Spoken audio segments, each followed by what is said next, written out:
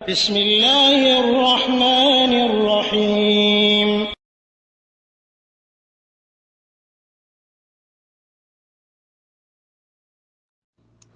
ওয়ালাইকুম আসসালাম রহমতুল্লাহ। হ্যাঁ, আবু সারা ভাইয়ের মাধ্যমে একটা প্রশ্ন এসেছে। বারাকাল্লাহু ফিকুম। যে আমি জব করি 8 ঘন্টা, তো এখান থেকে কিছু সময় বের করতে চাচ্ছি ব্যবসার জন্য, এটা করা যাবে কিনা? আমি যদি জব করি, যেটা অর্থাৎ এটা আমরা সাধারণত চাকরি বলি, তো যদি এই চাকরির কাজে কোনো অবহেলা না আসে, তাহলে তো আলহামদুলিল্লাহ কোনো সমস্যা নেই, যে কেউ করতে পারে। আহ, আপনার মানে ইনকাম করাতে শরীয়ত আপনাকে কোনো কিছু বাধা দেয় না। অর্থাৎ সেটা আপনার নিজের আহাল পরিবার বা আপনার নিজের জন্য, দুনিয়ার জন্য কামাই করবেন, কোনো সমস্যা নাই। শুধুমাত্র হকগুলো আদায় করতে হবে। অর্থাৎ এই যে 8 ঘন্টা যেখানে জব করেন, এটাই হচ্ছে মূলত আপনার দায়িত্ব।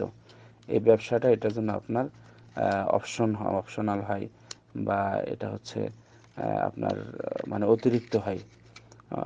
8 ঘন্টার যে সময়টা, সেটা আপনি লস করবেন অথবা সেখানে কাজে ফাঁকি দিবেন। সেই কাজে ফাঁকি না দিয়ে যদি আপনি অন্য কিছু করতে চান, তাহলে কোনো সমস্যা নেই। কোনো সমস্যা নেই। এটা মানে ইসলাম এটাকে নিষেধ করে না।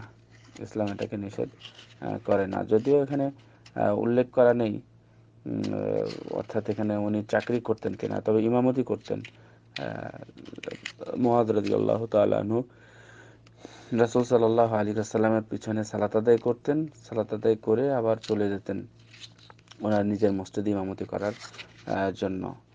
তো এই যে অতিরিক্ত যে সময়টা উনি ব্যয় করতেন, যদিও সেটা দিনের জন্যই, কিন্তু সেটা চাকরি ছিল কিনা সেটা হাদিসে উল্লেখ করা নেই, তবে উনি ইমামতি করতেন, এটা হাদিসে উল্লেখ করা আছে। যাই হোক, আলা কুল্লি হাল, কোথাও ফাঁকি না দিয়ে যদি আপনি এটা কাজ করেন, তাহলে কোনো সমস্যা নেই। আর অর্থ তৈরি করতে হবে ওসমান গনির মতো, অর্থ তৈরি করতে হবে তালহার মতো, অর্থ তৈরি করতে হবে আবু বকর রাদিয়াল্লাহু তাআলা আনহুর মতো, অর্থ তৈরি করতে হবে আব্দুর রহমান বিন আউফের মতো, অর্থ তৈরি করতে হবে জাবির বিন আব্দুল্লাহ রাদিয়াল্লাহু তাআলা আনহুর মতো।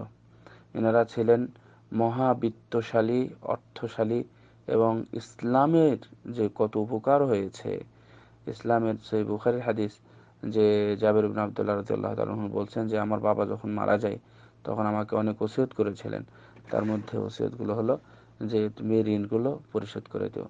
তো আমি হিসাব করে দেখলাম যে ঋণ এত টাকা, আর আমার বাবার সম্পদ এত টাকা। তো বর্তমানে হিসাব করলে যে টাকাটা আসে প্রায় কোটি টাকার মতো। অন্য হাদিসে এসেছে 9 কোটির মতো, মানে বর্তমান বাংলা টাকাতে যদি আমরা অনুবাদ করি, তাহলে সেই সময় মানে অর্থবিত্তশালীরা ছিল।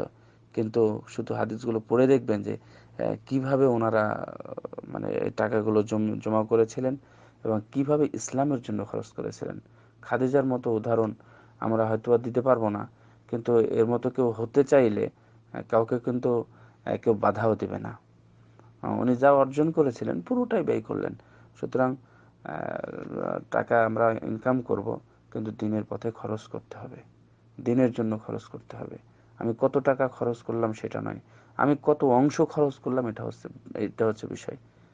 পুরোটাই দিয়ে দিলেন আবু বকর রাদিয়াল্লাহু তাআলা আনহু। সো এটা যেন আমাদের মাথায় থাকে। বারাকাল্লাহু ফিক।